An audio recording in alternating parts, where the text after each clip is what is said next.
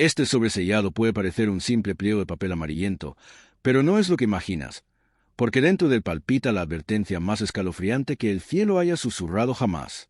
En 1960, cuando el calendario marcaba la fecha señalada, el mundo contuvo el aliento, los fieles rezaron con los ojos fijos en Roma y la iglesia prometió hablar, pero respondió con un silencio que retumbó como una puerta cerrada con rejas invisibles. No hubo procesión, ni clarines, ni campanas, solo un mutismo tan denso que empezó a pudrir algo en el corazón mismo del santuario. Durante décadas, 3 niños de Fátima habían guardado un secreto que ardía como brasa entre sus manos, un mensaje dictado por una señora vestida de luz. La última de ellos, Sor Lucía, escribió la última revelación, la más terrible, y envió el sobre directamente al Vaticano con una instrucción inequívoca: revelarlo al mundo, a más tardar en 1960. Pero cuando llegó la hora, la promesa se evaporó y la advertencia fue enterrada bajo mármol y protocolos.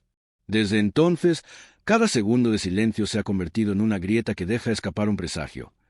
Tal vez aquello que la Iglesia cayó no solo podía cambiar la historia, sino desatar una tormenta espiritual para la que nadie está preparado. Si este sobre permanece sellado, la ola de silencio que lo envuelve no solo seguirá consumiendo nuestras dudas, arrastrará también la fe de millones al borde del abismo. Porque, si la advertencia escrita en estas páginas no se hace pública, entonces la guerra que Nuestra Señora señaló no quedará confinada a los libros de historia. Estallará primero en los altares, después en las calles y, por último, en nuestras casas. Si elegimos ignorarla, veremos cómo la confusión se disfraza de doctrina, cómo la misericordia se vacía de verdad y cómo las voces destinadas a guiarnos serán las primeras en perdernos. Si continuamos posponiendo la obediencia, una década más, un día más, un suspiro más, la oscuridad avanzará con paso quirúrgico, desorientará a los justos, corromperá a los tibios y dejará a los valientes aislados bajo una lluvia de acusaciones. Y si permitimos que el miedo a la verdad pese más que la verdad misma, entonces ninguna muralla de piedra protegerá el corazón de la Iglesia. Las brechas no vendrán de fuera, sino de dentro, y cada silencio cómplice será un ladrillo arrancado de sus cimientos. El margen de error es nulo. O abrimos el sobre y actuamos, o aceptamos, con nuestra apatía, el caos que se avecina. 1. La escena inicial, el instante en que la promesa se evapora. Roma, amanecer del 1 de enero de 1960. Las campanas de San Pedro repicaban como cualquier 1 de año, pero aquella mañana nadie las escuchaba con alegría. Periodistas, peregrinos y prelados de todo el mundo habían llegado a la ciudad eterna para un solo momento: la apertura pública del tercer secreto de Fátima. Las imprentas tenían titulares a medias, los locutores ensayaban frases solemnes, y en cada convento se rezaba un rosario especial, como si la Madre de Dios fuese a tomar la palabra directamente en la plaza. Sin embargo, cuando la hora señalada llegó, las 10 de la mañana según los memorandos internos, las puertas de bronce permanecieron cerradas.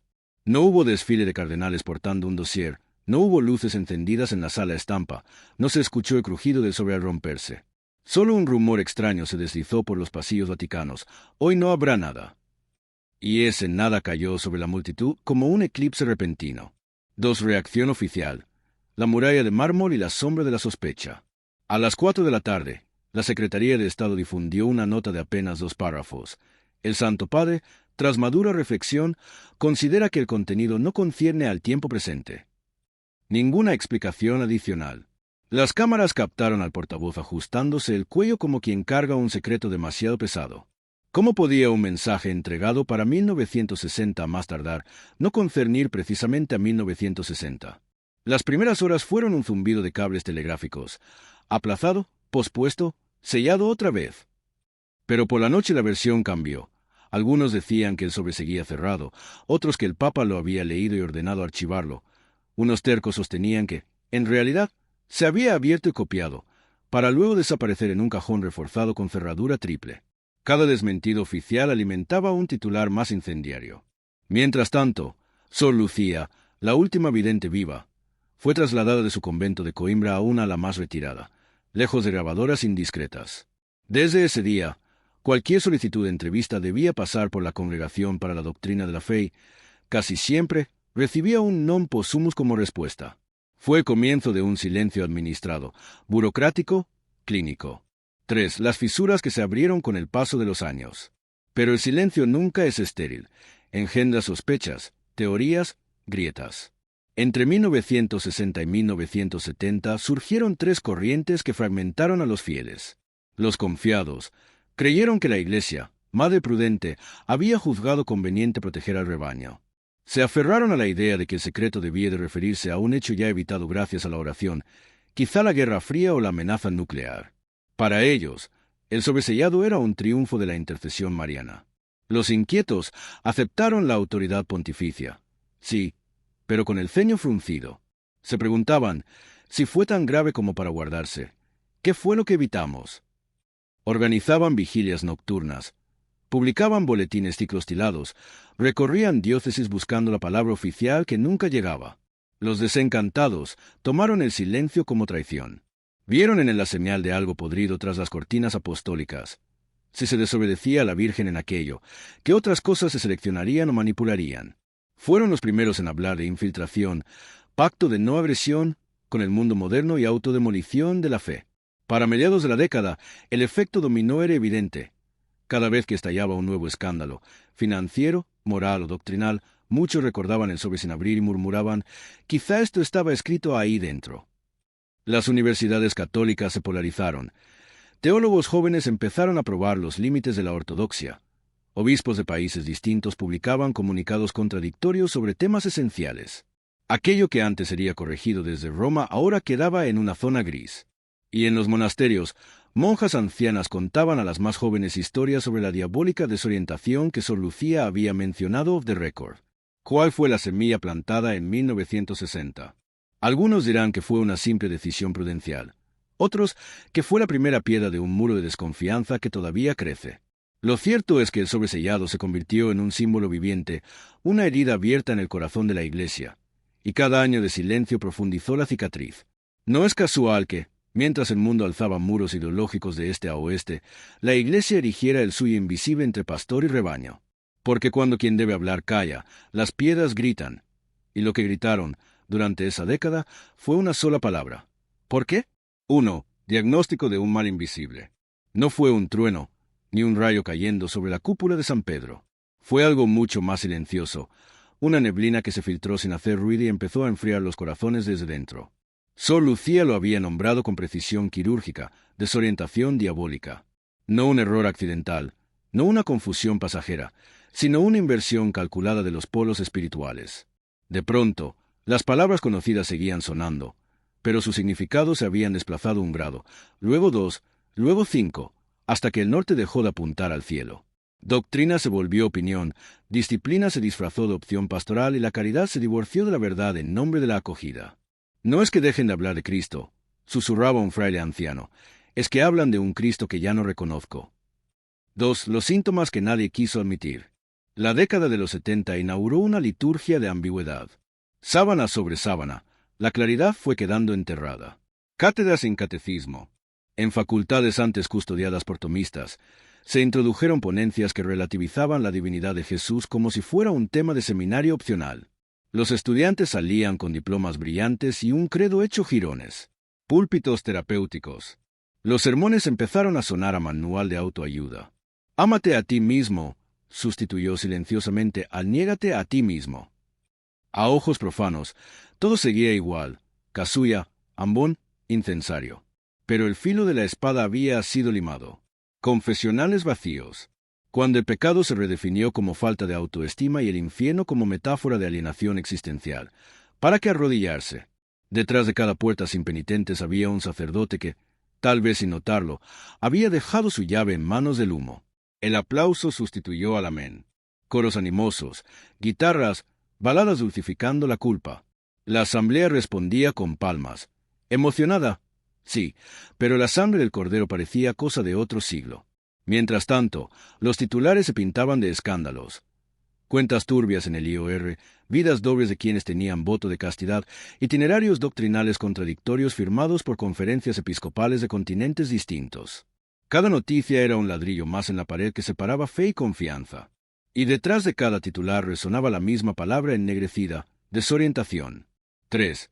Nombrar al enemigo que viste sotana. Los santos padres solían advertir, el diablo se disfraza de ángel de luz. Pero en este giro de la historia, se vistió de administrador, de perito liturgista, de profesor de seminario. Su estrategia no fue destruir la iglesia, sino vaciarla por dentro, como termitas que dejan intacta la fachada hasta el derrumbe final. Empezó a circular un apodo en pasillos sin micrófonos: el experto. Ese enemigo que lo sabía explicar todo, que relativizaba cada dogma con sonrisa profesional y dejaba tras de sí un rastro de frases huecas. La tradición evoluciona. La moral depende del contexto. La verdad plena está más allá de nuestros esquemas. Bastaron 2 o 3 generaciones formadas en esa lógica para que la bruma se volviera clima habitual. Los fieles, confundidos, levantaban la vista buscando estrellas fijas y encontraban espejos rotos. Algunos se fueron al desierto, monasterios que volvieron a la regla primitiva, familias que transformaron salones en oratorios. Otros, agotados, se rindieron a la tibieza y llamaron madurez a su cansancio. 4. Una grieta que llega al altar. Pero el termómetro más fiable no estaba en las aulas ni en los periódicos, estaba sobre el altar. En ciudades enteras comenzaron a celebrarse misas donde la consagración era narrada en tono coloquial, donde el sagrario quedaba a un lado para no distraer, donde el Cordero de Dios se convertía en símbolo de unidad. Y cuando algunos protestaron, se les acusó de rigidez, palabra que de golpe significaba fidelidad incómoda. El experto sonreía. El día que la palabra sacrificio desapareciera del vocabulario católico, la cruz se volvería mero tótem cultural. 5. La profecía que late bajo la bruma. Sin embargo, incluso en la penumbra, el eco de Fátima seguía latiendo. Fotocopias clandestinas de las cartas de Lucía cruzaban Atlánticos en sobre sin remitente. En ellas se repetía la frase: la batalla final se librará sobre la familia y sobre la Eucaristía. Parecía exagerado, hasta que la estadística confirmó la caída libre de matrimonios sacramentales y vocaciones sacerdotales. ¿Casualidad? ¿O el efecto exacto de un veneno que nadie quiso reconocer? 6. Voces de resistencia. En esos años surgieron centinelas. Teólogos perseguidos por defender el magisterio, laicos que fundaron movimientos de oración perpetua, jóvenes que se aferraron al rosario como cuerda de escalada en un barranco. Sufrieron el desprecio de progresistas y el recelo de burgueses religiosos.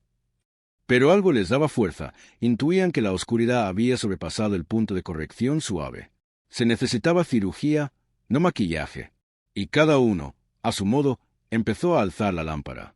No cambiamos la iglesia con aplausos, sino con rodillas. La misericordia sin verdad es anestesia mortal. Quien protege la liturgia, protege la fe de los pequeños. Su lema implícito era sencillo: volver a la claridad antes de que la niebla se solidifique en piedra. 7. El péndulo del tiempo se inclina. A finales de los 80, una brizna de nerviosismo recorrió el Vaticano. Se rumoreaba que el Papa, en privado, hablaba del humo infiltrado. En 1984, el cardenal Ratzinger admitió que la parte no publicada del secreto trataba de peligros para la fe.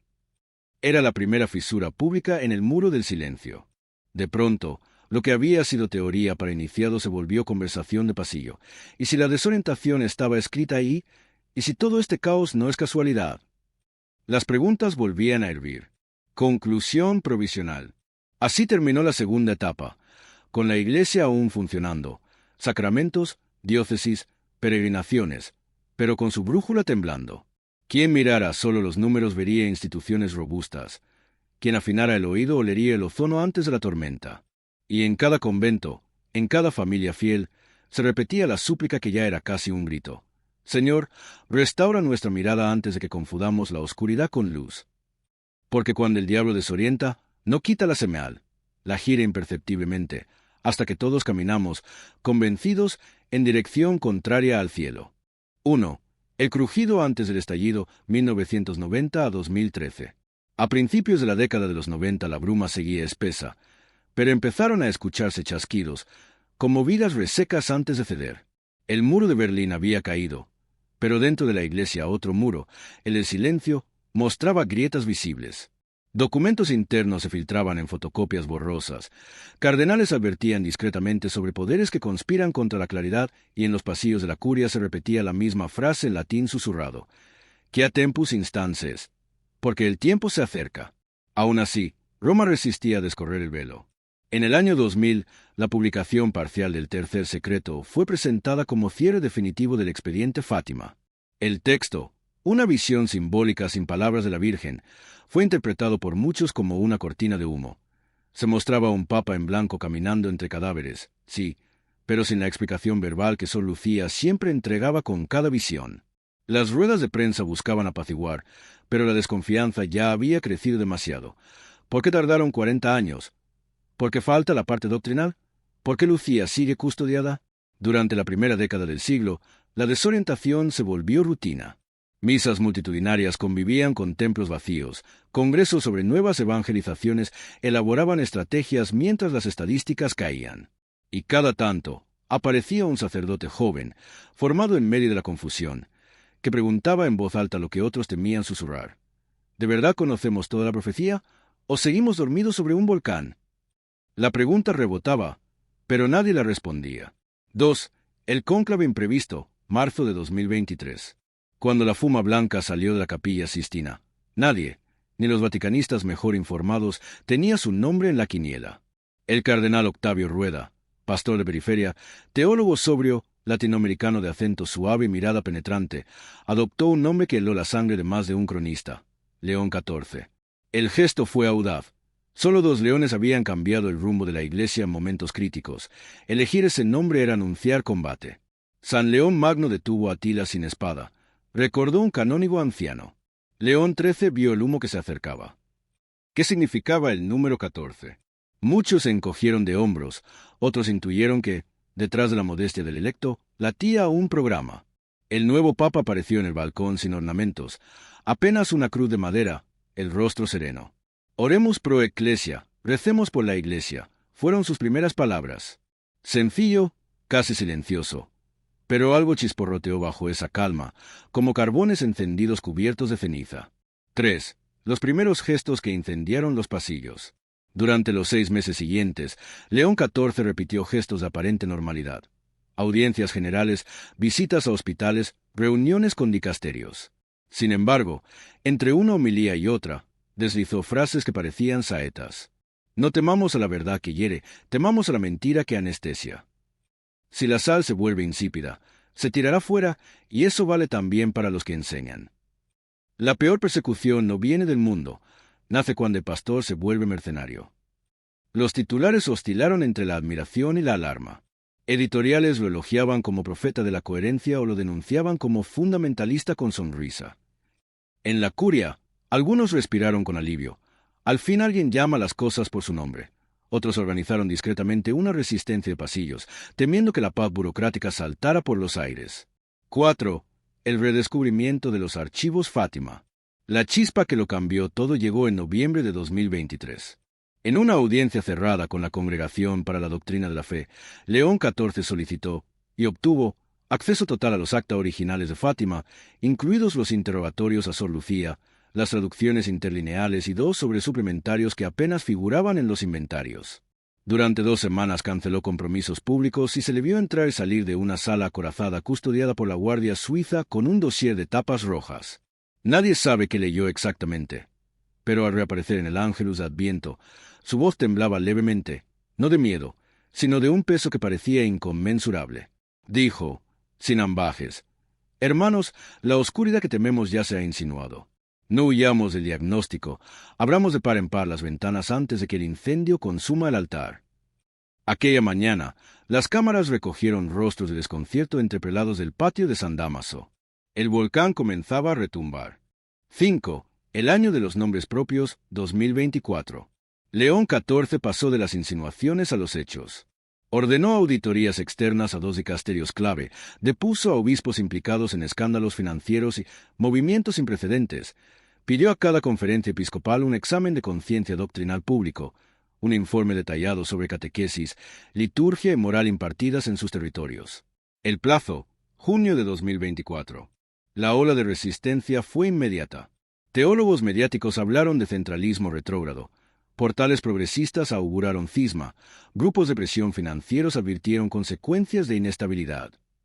Pero esta vez el Papa no retrocedió.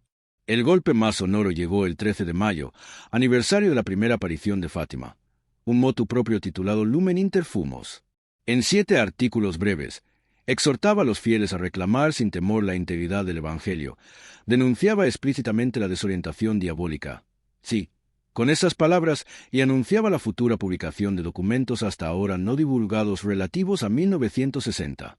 Las redacciones temblaron, las bolsas también. Por primera vez desde 1960, una autoridad suprema hablaba de manera frontal del secreto oculto. La pregunta dejó de ser, ¿habrá algo más? Y pasó a ser, ¿cuándo estallará? 6. El cronómetro conspira, la sombra de 2025. Poco a poco, otra cifra ocupó titulares alternativos. 2025. Monjas de clausura enviaban cartas a obispos citando fechas reveladas. Laicos recuperaban profecías olvidadas que apuntaban al jubileo del próximo año. Sobre todo, se multiplicaban filtraciones sobre la salud frágil del Papa. Los mismos médicos de Vaticano publicaron partes tranquilizadores, pero las cámaras captaron a León XIV con pasos más lentos y un leve temblor en las manos. En septiembre, una filtración sacudió aún más el tablero. Un supuesto borrador de la parte no publicada del tercer secreto describía un papa vestido de blanco que, al revelar la verdad, sería herido por sus propios. La Secretaría de Estado desmintió de inmediato, pero lo hizo con el titubeo de quien ya ha perdido el beneficio de la duda. De repente, todo el mundo miraba a 2025 no como un año litúrgico, sino como una cuenta regresiva. 7. El clamor de los pequeños. Mientras la alta jerarquía debatía y los opinólogos se enfrentaban en platós, algo se encendió al pie de los altares. Familias enteras retomaron el rosario diario. Conventos reavivaron la adoración perpetua. Parroquias de periferia organizaron vigilias nocturnas por la conversión de la Iglesia. El Papa, informado de estas iniciativas, envió mensajes breves pero contundentes. No esperéis lineamientos, empezad hoy. En octubre de 2024, León XIV apareció por sorpresa en la Basílica de Nuestra Señora del Rosario, en Pompeya. Tras celebrar misa en latín, depositó sobre el altar el dossier rojo. No lo abrió. Lo besó y lo dejó allí. Luego dijo, cuando el silencio se convierte en cómplice, la piedra clama. Pronto la piedra hablará. Aquella frase se propagó en cuestión de horas. Almohadilla la piedra hablará se volvió tendencia mundial, ajena a algoritmos clericales. 8. Entre la espada y la llama, Adviento de 2024. Los últimos días del año trajeron vientos encontrados. Proyectos de reforma litúrgica acelerados por sectores que buscaban blindar sus logros. Rumores de que ciertos dicasterios esconderían archivos comprometedores antes de enero. Al mismo tiempo, la filtración de que el Papa planeaba un consistorio extraordinario para Semana Santa de 2025, en el que cada cardenal deberá jurar obsequio total a la verdad revelada, incluso en lo no convenientemente proclamado. La tensión recuerda a un arco a punto de soltar la cuerda. Nadie sabe qué flecha se disparará, pero todos sienten el peligro eléctrico en el aire. 9. Un cierre abierto a la profecía. Al escribir estas líneas, invierno de 2024, Roma parece un tablero de ajedrez donde las piezas se mueven de noche. Un biógrafo extranjero, entrevistando a un monseñor cercano al Papa, le preguntó si León XIV temía por su vida. El prelado sonrió con dolor. Santo Padre dice que uno no teme perder la vida cuando está a punto de entregarla. Entretanto, en redes subterráneas de oración, se repite una fórmula sencilla. 2025 no es el fin, es el parto. ¿Parto de qué? Nadie se atreve a definirlo. ¿Renovación? ¿Persecución? ¿Cisma?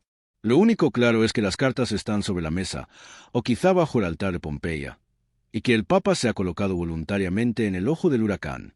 Ha decidido que ya no habrá otra década de espera.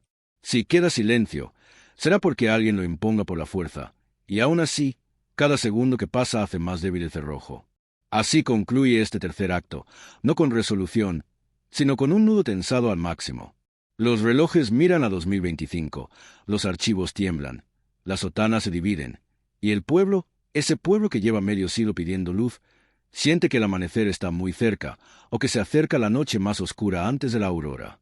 Entre la espada y la llama, León XIV se mantiene en pie, dossier en mano, decidido a que este incendio purifique antes de que consuma.